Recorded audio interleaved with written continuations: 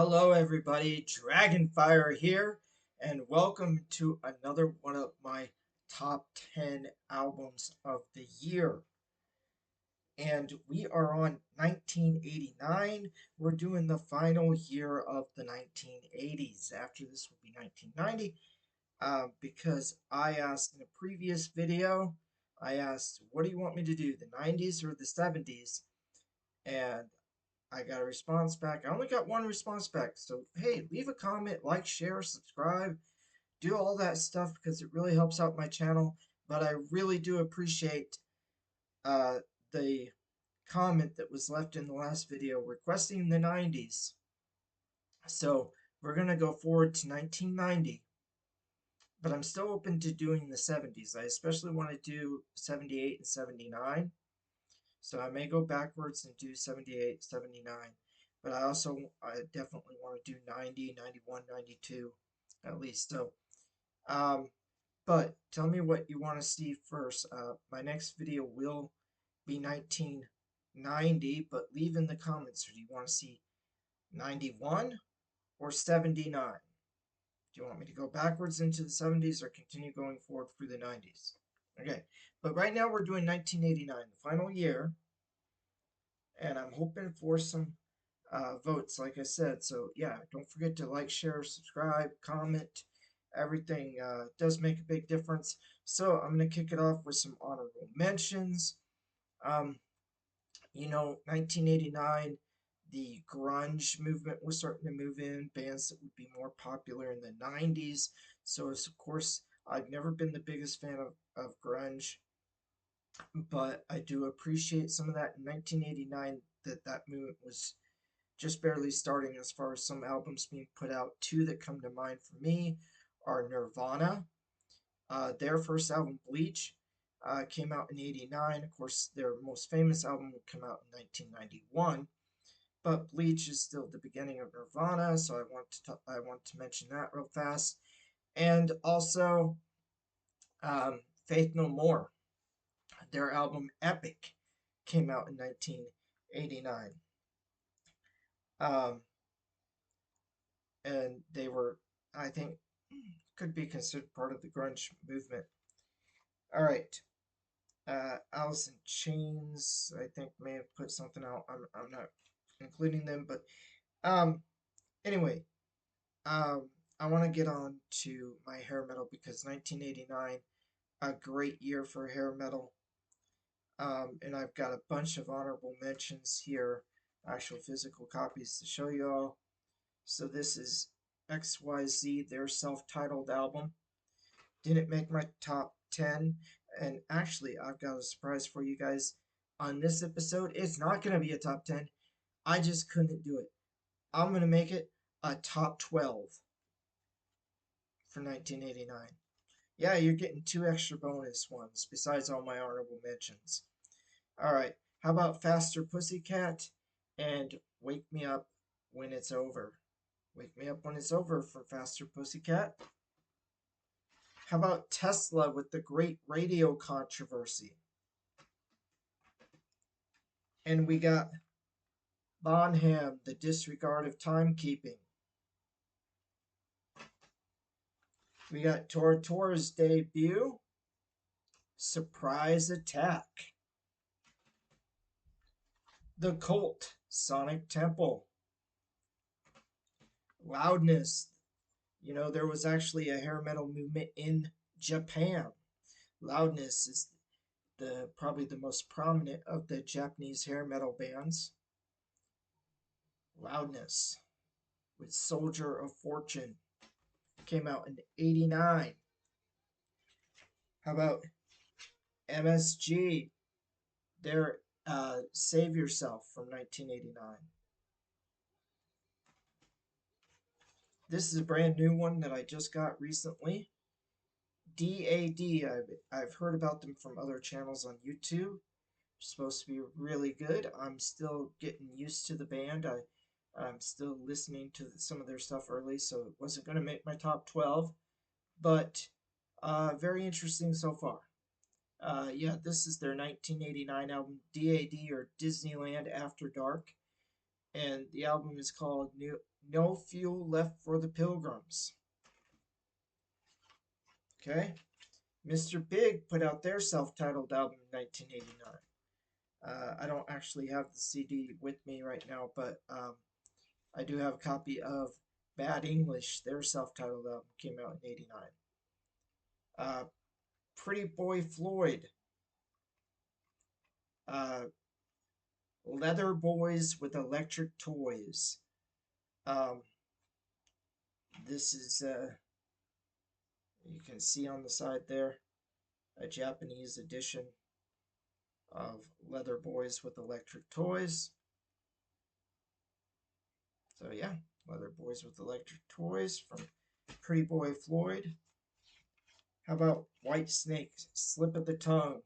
This was the final in a trilogy of albums, really, starting with Slide It In, that I believe came out in '84. Slide It In '84.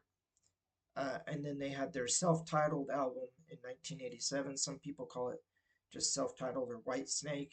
Other people call it 1987, whatever you want to call the album. That was the second one. And then the third one in that trilogy was Slip of the Tongue. And those are their three big albums from the 1980s where they really embraced the hair metal sound. Really love the title track on this one, Slip of the Tongue, the title track for the Slip of the Tongue album. Um, White Lion, their album Big Game, good stuff from White Lion, and Enough's Enough, self-titled album, came out in 1989. They were a little late to the game. Um, who knows if they had come out a couple years earlier, what Enough's Enough could have done. Oh, I got more over here. How about Joe Satriani with Flying in a Blue Dream, Flying in a Blue Dream, '89. I don't have it with me, but Jeff Beck put out Guitar Shop in 1989. This is just best of Jeff Beck. I can't find my Guitar Shop copy. Um, Kingdom Come, their second album, In Your Face. I believe I talked about their first album the year before. It's '86 or '87, whatever it was, the first album. Maybe it was '88, Kingdom Come. But this is the second album, In Your Face. Um, Electric Boys with, what is this called? Funko Metal Carpet Ride. Funko Metal Carpet Ride from Electric Boys. And Giant. Last of the Runaways, 1989. Okay, now going to my top 12. And man, ranking these was hard. I might change the order of these at some point, but I tried to put them in order the best I could to give you a top 12 here. I'm going to kick off my top 12 with this one. I found my cassette tape version of it. It's UHF, Weird Al Yankovic. It's the soundtrack to the movie UHF. This was the first kind of movie Weird Al did. The first one he did before he would do Weird. Of course, in Weird, he's played by Daniel Radcliffe. But in UHF, he plays himself. Anyway, motion picture soundtrack for UHF. I'm going to put that as my number 12. I don't usually do soundtracks, but in this case, the soundtrack was all done by one artist. So I feel like it feels like a studio album for that reason. But anyway, that's my number 12. This has got Money for Nothing. Beverly Hillbillies parody.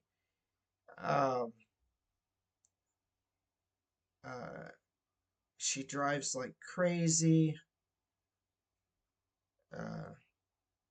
Yeah, there's some good ones in here. Spatula City is on this one. So, yeah, Weird Al Yankovic soundtrack for the movie UHF. Okay, that was 12. How about number 11? Great White. I just couldn't leave it off the top 10. I had to put Weird Al and Great White in. So I made it a top 12. Um, the title track for this, um, Twice Shy, this was the second in a series. It was basically a two-album series. The first one being called Once Bitten, the second one being called Twice Shy. The title track is awesome and just a fun album to listen to all the way through. Because the title track is Once Bitten, Twice Shy. They didn't put it Once Bitten, Twice Shy on the first album. They saved it for the second one. And I think it was the biggest hit that Great White ever had. It actually is a cover. It's not a Great White original song, but it might as well be. It feels like it has become the theme song for the band. Once Bitten, Twice Shy is the theme song for Great White. You know, they're named after the great white shark in the ocean. Great White, chop, chop, chop, chop. You know, coming to eat you up. Okay, my number 10, LA Guns, Cocked and Loaded. Um, this one has Rip and Tear, Sleazy Come, Easy Go, The Ballad of Jane. Um, I got this CD edition with a bonus track of, they do a cover of I Want to Be Your Man, which was originally by the Beatles. I Want to Be Your Man, written by the Beatles, but it's one that was actually a big hit when the Rolling Stones covered I Want to Be Your Man as well. All right. Dangerous Toys, their self-titled album. Okay, so Dangerous Toys, Teasin' Pleasin' and Scared. Um, yeah, really solid album. Teasin', Squeezin' and Scared are two songs that I recommend you look out. If you like those, listen to the album. So yeah, Dangerous Toys, Danger, Danger. Uh, uh, Naughty Naughty is one of their songs. Under the Gun, Bang Bang. The band Danger Danger, their self-titled album right here. So that is, see, LA Guns Cocked and Loaded was my number 10. Dangerous Toys, number 9. Danger Danger, number 8. Now I'm going to veer off the hair metal for just a moment because my number 7 is Tom Petty's Full Moon Fever. Full Moon Fever by Tom Petty. Um, yeah, this almost is like a greatest hits album. A lot of these songs did end up on the greatest hits. This is considered a quote Tom Petty solo album, not part of his band Tom Petty and the Heartbreakers, but Tom Petty solo album. This one has Free Fallin', I Won't Back Down. I think those were the two biggest hits on the record. I also like um, Feel a Whole Lot Better was also, I think, a hit. Um, Zombie Zoo is a song that I don't think was released as a single and didn't become a hit, but I really like Zombie Zoo. Yeah, this is oh, You're So Bad is on this one. Yeah, that's a great song.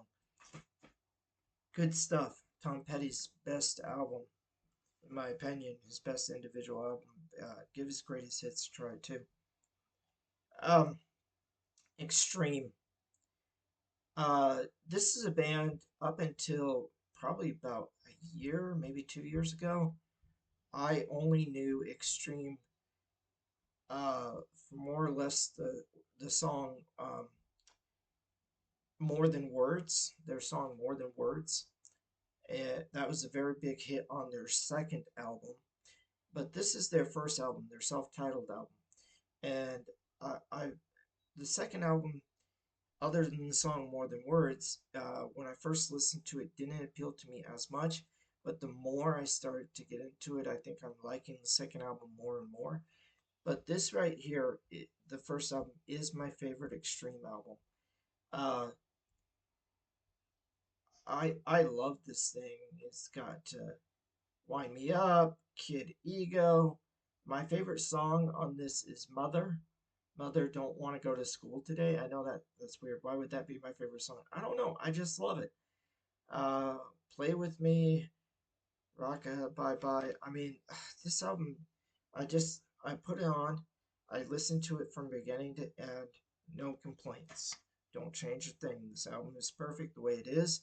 Extreme. Now, this is only my number six, and I'm already saying this is a perfect album. Go figure. Um, this album, this one's got so much nostalgia for me. Dr. Feelgood. Um, this is such a good album. Uh, yeah. Again, pretty much a perfect album. Uh, yeah, I mean, this track list, TNT, which stands for Terror in Tinseltown, followed by Dr. Feelgood, Slice of You Pie, Rattlesnake Shake, Kickstart My Heart, Without You, Same Old Situation, Sticky Sweet, She Goes Down, Don't Go Away Mad, Just Go Away, and Time for Change. What a freaking killer album this is. I love this thing. I love Dr. Feelgood's by Motley Crue. Dr. Feelgood by Motley Crue. I'm calling it my number five. These top six, though, are just absolute killer. Then we got Warrant with their debut album, Dirty Rotten Filthy Stinkin' Rich. A lot of debuts in 1989. Um, Obviously, Motley Crue's not a debut. That's actually Dr. Feelgood is their fifth album, and many would consider it the last album of the classic era of Motley Crue. But Warrant was just getting started with Dirty Rotten Filthy Stinkin' Rich, 32 Pennies, Down Boys, Big Talk, Sometimes She Cries. I love every song on this album. This song's got Heaven, Cold Sweat, Riding High, and of course the title track, DRFSR. But yeah, such a fantastic album. This is a special edition reissue that's got two bonus tracks. But yeah, the album itself, this is just so man, so damn pretty should be against the wall. What a song! Um, I love this album. Iconic album art too. That's one thing really about Doctor Feelgood and Dirty Rotten Filthy Stinking Rich. Just love the album art. Look at Extreme. It's just a photo of the band, but when I saw that photo, I'm like, yes, that's that's hair metal right there. So, yeah, absolutely. That was my number four. So, Dirty Rotten Filthy Stinking Rich kicks off my Mount Rushmore. Just says Dr. Feelgood started off my top five. Okay, my number three, bronze medal, goes to Pump by Aerosmith. This is Aerosmith's um, hair metal album. Once again, a perfect album. There's nothing wrong with this. I had to rank them. I put this one at number three. Um, My Girl, The Other Side, Don't Get Mad, Get Even, Voodoo Medicine Man, What It Takes. Yeah, this is such a good album. Jamie's Got a Gun. Uh, yeah, Love in an Elevator might be my favorite um, Aerosmith song of all time. Got Young Lust on here. Fine. Yeah, great, great album. And what about Skid Row, their self titled debut? Uh, Big Guns, Sweet Little Sister, Can't Stop the Heartache, 18 in Life, Midnight Tornado, I Remember You, Here I Am, Youth Gone Wild. What this debut from Skid Row, their self titled debut, Skid Row is such a great album. Uh, my opinion, this is the best Skid Row album. Love this album. It's my number two for 1989. But I had to go with my number one for 1989 as Trash. This is Alice Cooper's best album. It's got Poison, Shot in the Dark, House of Fire. Again, these are all perfect albums. It's got 6 perfect albums this year.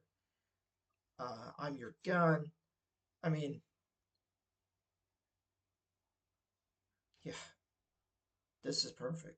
This is perfect. The title track, Trash, is number 8 on here. Uh, Bed of Nails is so good. Why Trust You? Only My Heart Talking. One of Alice Cooper, probably the best love song he ever wrote, or maybe it's Hell is Living Without You, which is also on this album. Poison, I think, was the biggest hit on this album. But Trash is just a fantastic album. I think it's really in a run of 4 fantastic albums from Alice Cooper when Alice Cooper went hair metal, really starting with Constrictor, followed by Raise Your Fist and Yell, and that was in, I believe, 86 and 87. And then this one, Trash, in 89. And in 91, you had Hey Stupid. But yeah, what a great run of albums. This is the best one, in my opinion. But yeah, these are some fantastic albums. 1989, what a year. Okay, my next episode will be on 1990. But I really, again, I need you to comment and subscribe. Do you want to see after 1990? Do you want to see 91? Or do you want to see um, 79? 91 or 79 for my next video after 1990. I already got a comment requesting 1990, so I'm going with that. But yeah, hey everybody. Thanks for joining me. Dragonfire out.